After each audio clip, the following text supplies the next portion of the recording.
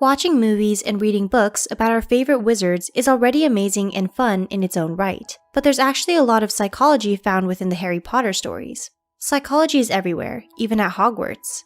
Here's 10 psychological lessons from Harry Potter. 1. The Hogwarts house system can enhance the social tribal effect.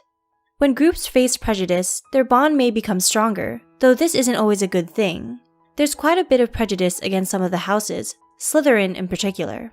If they feel the psychological weight of it, they're more likely to stick together and create an us versus them atmosphere, making them very loyal to their group. 2.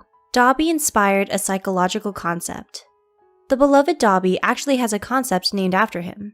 The Dobby effect, coined by Nelson and Zeelenberg in 2009, is when people overcorrect themselves, rightfully or not, after committing a wrong.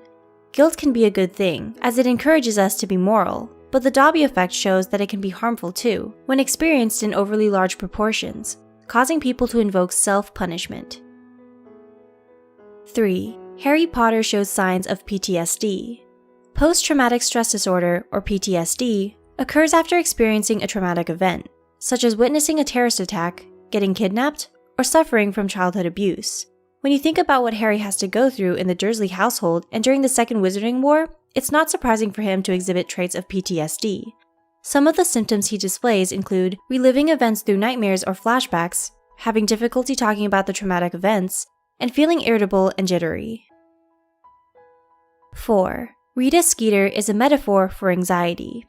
Anxiety often turns relatively simple things into large, scary problems. Rita Skeeter, the gossip columnist, does the same, twisting tiny details into massive, over-exaggerated headline stories that have no truthful basis. 5. Ron Weasley suffers from arachnophobia. As spiders continuously show up through the series, Ron confesses that he'd rather follow the butterflies. 6. Voldemort starts showing serial killer tropes from a young age. There's an entire arc of the series dedicated to building a psychological profile of Voldemort. During Harry's private lessons with Dumbledore, they sift through memories of people who are connected to Voldemort. Some criminal stereotypes they find include his loner nature, bullying tendencies, strong sense of superiority, and lack of empathy for living things. 7. Draco's journey shows that nurture isn't everything. We don't always turn out the way we expect to. Draco, undoubtedly, has done some nasty things, but who would have guessed that the childhood bully would turn out to be quite mature? He manages to move beyond the prejudice he grew up with and throws Harry the wands at the end of the series.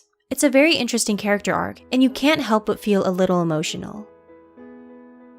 8. Cognitive dissonance can put a whole society in danger. When Cornelius Fudge denies Voldemort's return as a result of cognitive dissonance, the wizarding community is put in danger. Cognitive dissonance is when someone has two lines of thought that contradict each other. In this case, Fudge has been working tirelessly towards peace and safety, yet there are signs of Voldemort's return, causing him to come to hysterical conclusions. Consequently, the community loses valuable time they could have used to prepare for confrontation with Voldemort. 9. Sybil Trelawney exhibits signs of generalized anxiety disorder. Divination professor Sybil Trelawney is always jittery, thinking of disastrous scenarios, and in fear of being judged, all red flags of generalized anxiety disorder.